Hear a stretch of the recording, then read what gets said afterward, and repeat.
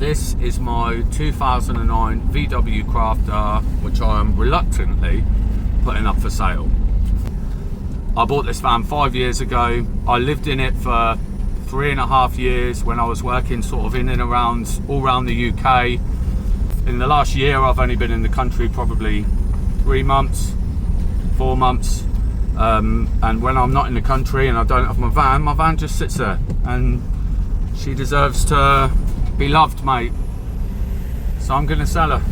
Once I've sold the van, I will immediately remove this video. If you're seeing this video, the van is still available. I'm in a little bit of a rush because tomorrow morning I'm traveling to Stansted, where I'm flying to Ireland. I'm going to be working in Ireland for a few weeks. Then when I come back after that, I've got 4 days at home and I'm going to France for a fortnight. I just haven't got time, mate. I'm here, there and everywhere. It might seem a little bit rushed. I apologise for that, but busy, and I'm all on. I have a frantic brain anyway. Let's go.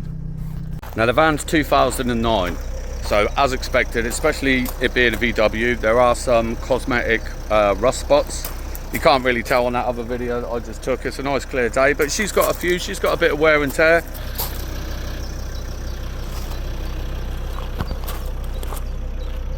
Couple of little bits around the handle, a little bit down here, bit down there. Given its age, yeah, not that bad at all.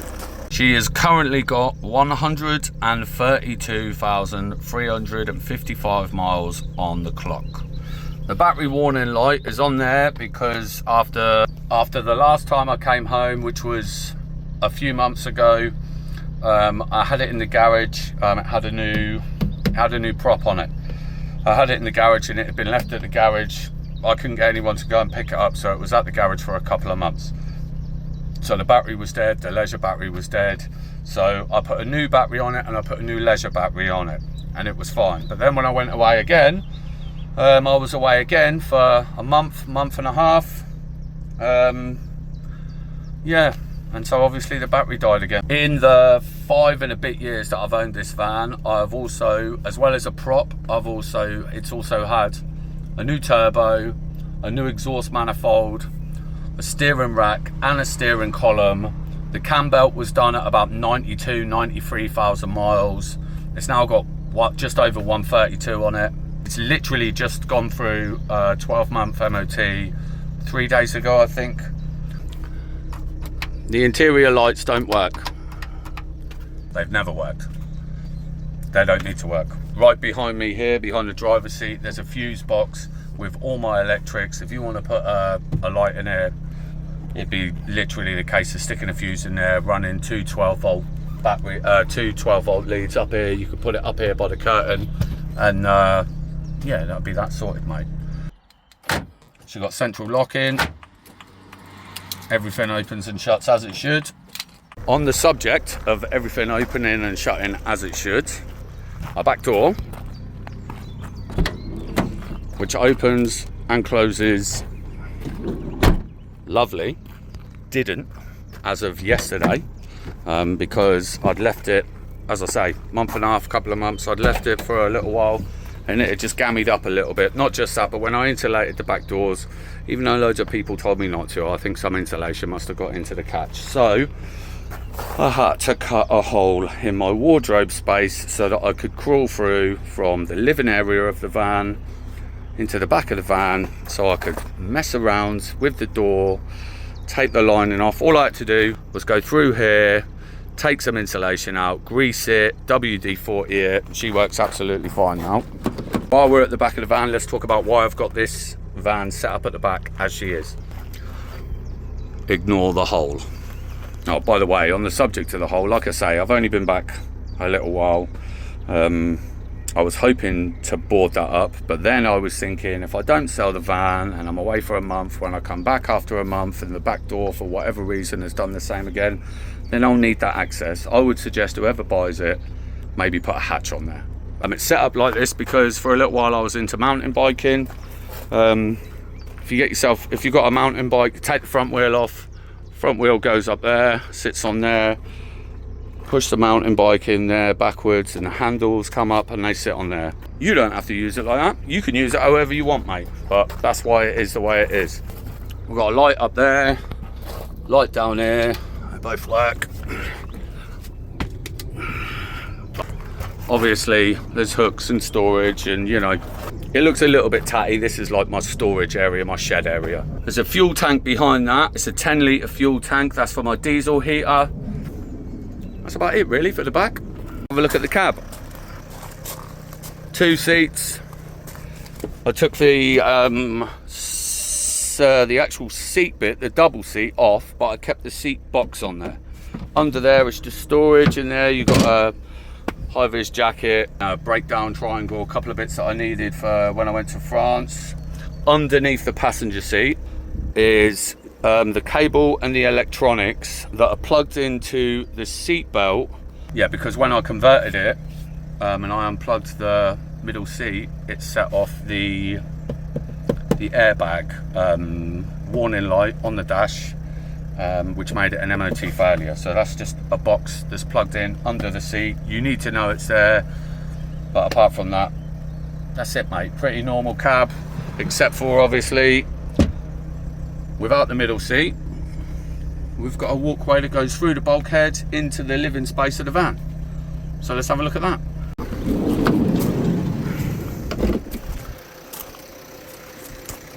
This is the living area. This is the sink. Yeah, I don't have plumbing. It's just a basic setup. I had a sink in here, and then when I was in France, last time I was in France, I had a leak. So as a quick fix, I put this pipe on here, and that goes down to a jerry can. Your grey water, you just unscrew that and empty it by there. It's all set up with the fittings. If you want to make it a bit more posher or a bit more smarter, you can do. But as basic as that is, mate, it works, and she's good to go. You know, she's good to go. Got a fire extinguisher under there.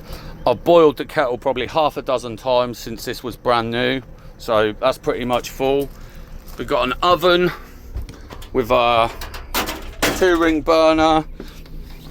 Under here I've got a split charge relay that runs a smart split charge relay and a fuse box that run the 110 amp hour leisure battery that I've got. Gas pipe through here, going along there, under there. It's all pretty neat and tidy, mate. Here we have the vents and the outlet for the diesel heater, which is under the seat. That diesel heater went in the van, yeah, the first year that I started living in it, so probably 3.5, 4 years ago. It's one of those Chinese diesel heaters. When I bought that, they were only 90 quid. I still don't believe that they are that expensive, but all I'm getting at is it works perfectly. Anything goes wrong with one of them, you literally just buy a new unit, away you go. On my step, I've got a bit of storage. It's a little bit messy in here. I should have swept it out and that, but I'm trying to get lots of things done, you know. She just needs some TLC, mate. Let's have a look at the bed. So it's an L-shaped bed, yeah? At the minute it's in seat mode. Got a lovely seat there. Sit here, as I've done many a time, mate. Sitting here, pizza in the oven, cup of tea in my hand, or looking at whatever beautiful landscape I'm visiting at the time. Just chilling, mate. It is lovely.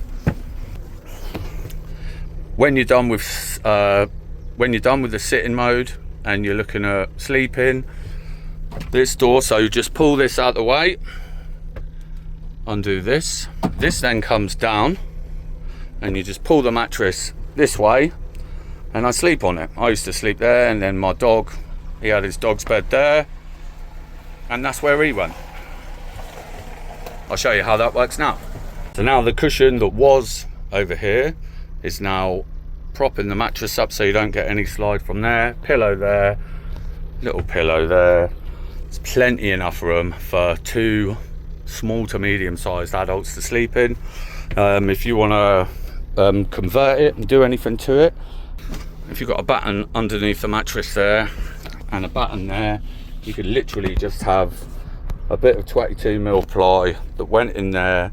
You could sit it there, get yourself a bit of foam or a whole new mattress. That bit of ply could come out when you're not sleeping in it, sit in the back or wherever, and yeah, you'd have a a two-person bed. There she be, back in seat mode again. Above here, I've got the control panel for the all my electricity in the back here. I've got light there. I've got lights under here on a dimmer switch.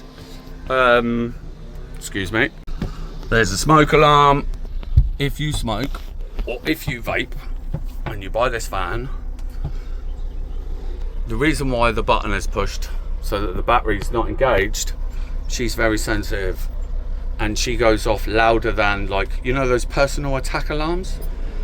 Louder than one of them, mate, right? It's really loud. Don't lay in bed and sort of have a little puff on your vape and then go off into a slumber, because the minute a bit of steam or smoke or whatever goes in that, mate, it'll knock 5 years off your life when that goes off and you're in a slumber trying to kip.